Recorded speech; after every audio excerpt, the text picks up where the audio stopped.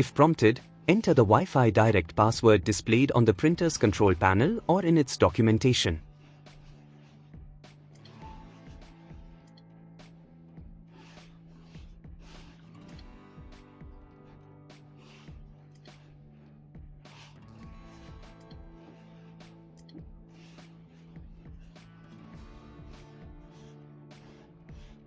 On your mobile phone or iPhone, go to the Settings menu.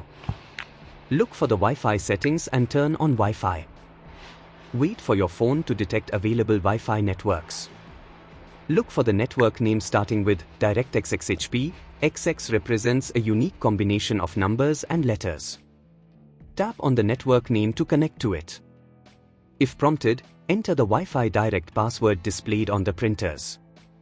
Follow the on-screen instructions to complete the installation.